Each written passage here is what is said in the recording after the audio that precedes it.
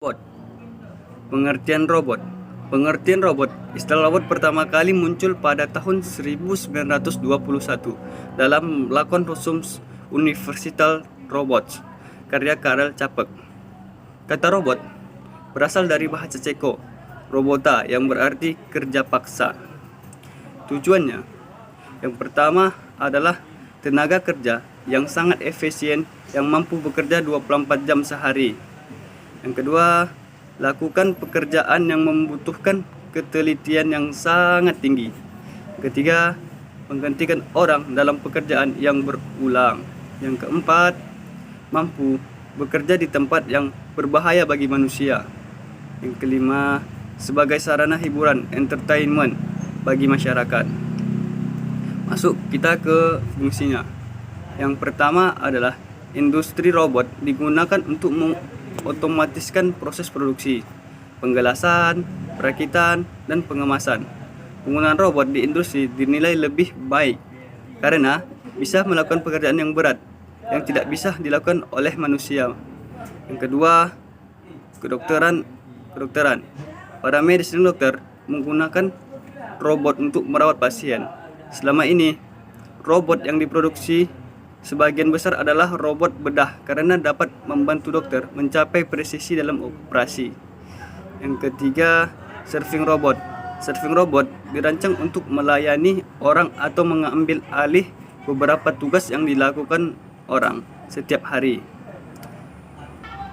Yang keempat, toy atau pet robot digunakan sebagai mainan atau hewan peliharaan.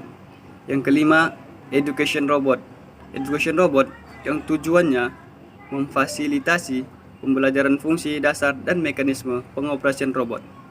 Robot semacam itu juga mendorong orang untuk lebih terlibat dalam pengembangan robot di masa yang akan datang atau yang disebut dengan masa depan. Berdasarkan tipe, pergerakan robot dapat dibagi menjadi 4. Yang pertama adalah slow motion. Slow motion artinya gerakan paling sederhana, diurutkan dari satu titik ke titik lainnya dengan kecepatan yang konstan. Yang kedua, joint interpolated motion control. Joint interpolated motion control perlu menghitung waktu yang diperlukan setiap koneksi untuk mencapai tujuan dengan kecepatan yang berbeda.